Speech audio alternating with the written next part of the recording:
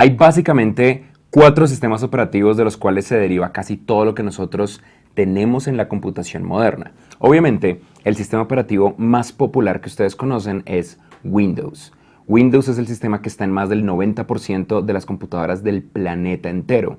Pero luego no es el sistema operativo más popular, teniendo en mente uso de servidores y cosas mucho más grandes, porque ahora tenemos teléfonos móviles y esos teléfonos se derivan de Linux. Linux fue el primer sistema operativo muy popular de código abierto.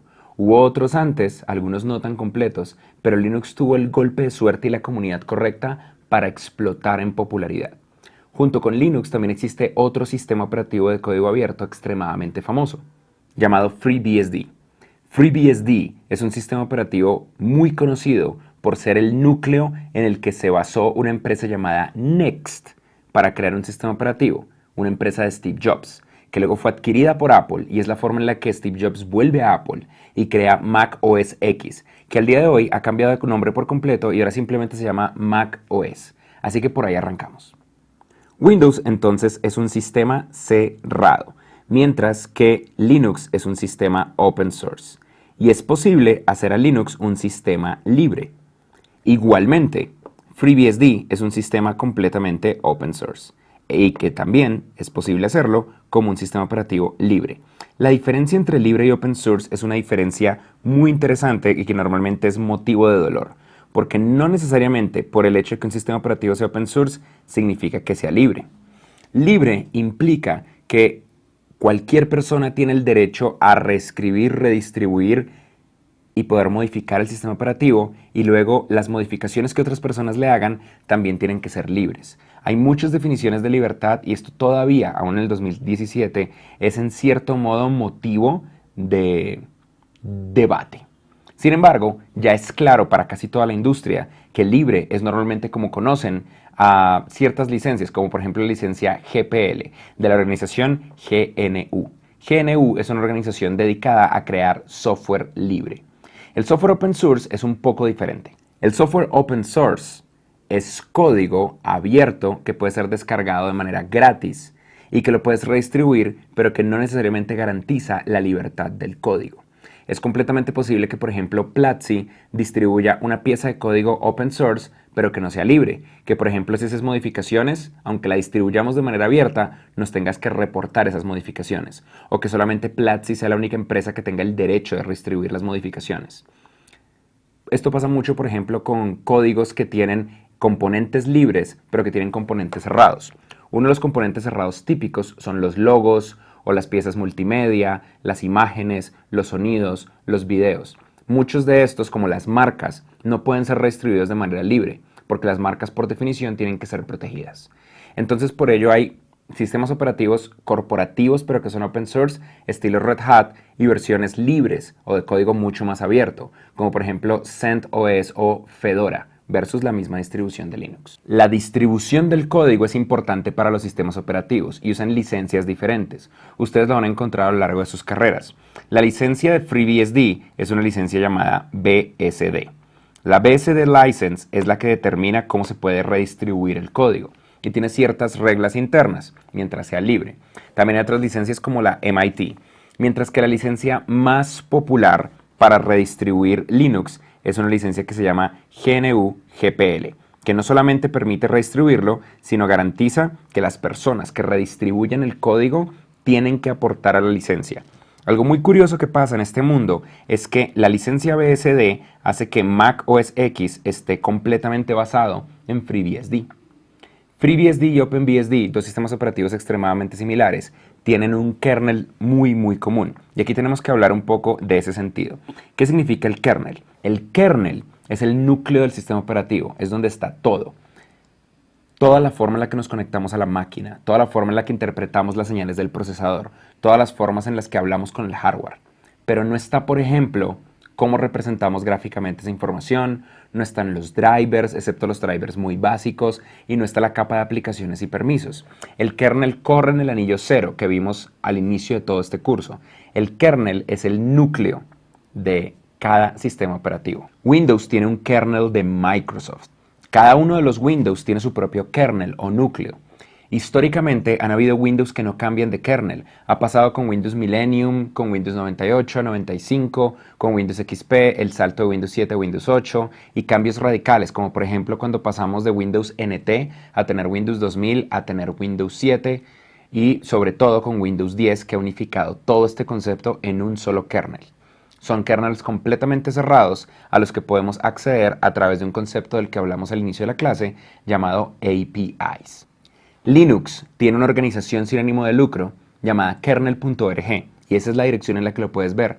Es el kernel del sistema operativo. Y Linux, por su propia aproximación de comunidad, ha decidido que todo el resto de las piezas tienen que hacerse de manera independiente y aparte. Son piezas completamente separadas, como por ejemplo la interfaz gráfica, los drivers, etc.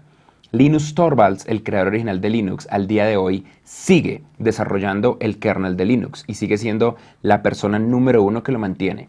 La organización GNU, que creó la licencia GPL, basada en todas las ideas y todas las historias de Richard Stallman, también han intentado crear un kernel basado en estos sistemas operativos, llamado GNU Hurt, pero la realidad es que al día de hoy no ha tenido el empuje que ha tenido Linux, y Linux es simplemente el ganador absoluto y real de esta contienda.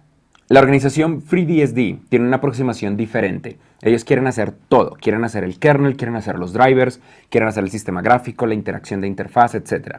El kernel está basado en BSD y ese es el nombre interno del kernel. Muchos años atrás, Next tomó el código de BSD y creó su kernel interno con el sistema operativo Next. Next, inmediatamente después, una vez es adquirido por Apple, empieza a desarrollar un sistema llamado Darwin, que eventualmente da nacimiento a un kernel interno llamado XNU. Y este es el núcleo, el corazón de lo que nosotros conocemos como Mac OS X. La interfaz gráfica es otro elemento importante. Los sistemas operativos basados en Unix, como Linux, FreeBSD, Mac. Unix, para los que no lo sepan, fue uno de los primeros sistemas operativos de la humanidad. Casi siempre tienden a ser manipulados por consola, a ser manipulados por una versión flotante de texto que ustedes seguramente han visto muchas veces. Windows eminentemente es un sistema operativo gráfico, a pesar de que también tiene una historia de consola. Microsoft, de manera famosa en el inicio de los tiempos, le compró a una persona que conocían, Bill Gates y Steve Ballmer, un sistema operativo que luego convirtieron en DOS para vendérselo a IBM. DOS era un sistema operativo basado en texto, en el que corría software como VisiCalc, que es el predecesor histórico de cosas como Excel, y en el que corría software como WordWrite, que es el predecesor histórico de Microsoft Word. Al día de hoy, Windows tiene su propia interfaz, y todo empieza de manera popular con Windows 1, que luego salta al que nosotros conocemos más comúnmente como Windows 3.1. La interfaz termina evolucionando a volverse una interfaz completamente gráfica e incluyendo Internet con Windows 95 y Windows 98. Y podríamos hacer muchos saltos, pero simplemente saltemos a la última versión del día de hoy. Windows creó una nueva teoría de interfaz llamada Metro, que eventualmente simplemente llamó Windows 10. Y ellos lo llaman Universal Windows Platform, que es la versión actual de las aplicaciones para Windows que funcionan y se ven bien en sistemas operativos móviles, en tablets y en laptops. En Linux funciona un poco diferente.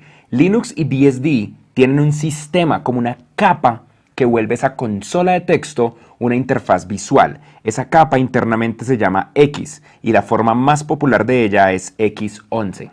Sobre X11 se pueden crear múltiples sistemas visuales diferentes. Por eso ustedes encuentran que, por ejemplo, en el mundo de Linux existe un sistema visual muy parecido a Windows llamado KDE y hay otro llamado GNOME o Gnomo, que es un poquito más parecido a Mac o está por lo menos inspirado en Mac, pero que completamente están derivados de X11 y que se pegan a Linux. Linux tiene un factor muy interesante que no tienen otros sistemas operativos. Linux tiene un concepto llamado distribuciones.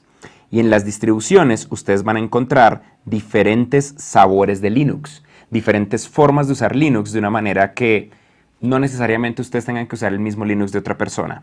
Algunos de los más populares son, por supuesto, Ubuntu, que mucha gente lo llama la forma en africano de decirle no sé cómo instalar Debian. Debian es otro que es extremadamente popular. También tenemos Red Hat, que ustedes lo conocen seguramente porque es el más popular en el mundo corporativo. Y de Red Hat deriva Fedora, deriva CentOS, que también es muy popular en servidores. Y hay otros, como en mis tiempos, uno llamado Mandrake, que luego adquirió una empresa llamada Conectiva y se empezó a llamar Mandriva. También hay sistemas operativos especializados en hacking. Distribuciones de Linux que históricamente han dedicado su tiempo para optimizarse, para hacer cosas de hackeo, penetration testing, cosas que ustedes pueden ver en el curso de seguridad informática y en el curso de pentesting de Platzi. Una de ellas, ultra popular, es conocida como Kali Linux. Y esto es algo mágico que solamente pasa en el mundo de Linux. En el mundo Mac hay 3 sistemas operativos que derivan de Mac OS X. El más popular de ellos es iOS, que es el sistema operativo del iPhone, del iPad, de los dispositivos móviles principales de Apple.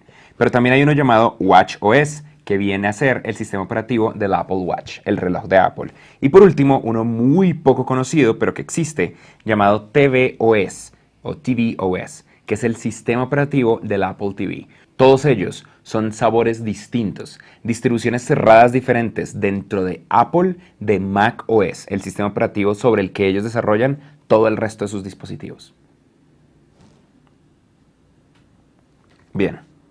Y Android, por supuesto, el sistema operativo móvil más usado del mundo, es otra distribución de Linux, así como iOS es otra distribución de Mac. Android está basado en el kernel oficial de kernel.org que tiene Linux, pero fue modificado internamente por Google para servir para sistemas operativos. Es especial porque tiene drivers para manejar antenas de radio, para manejar GPS, para manejar muchas cosas más.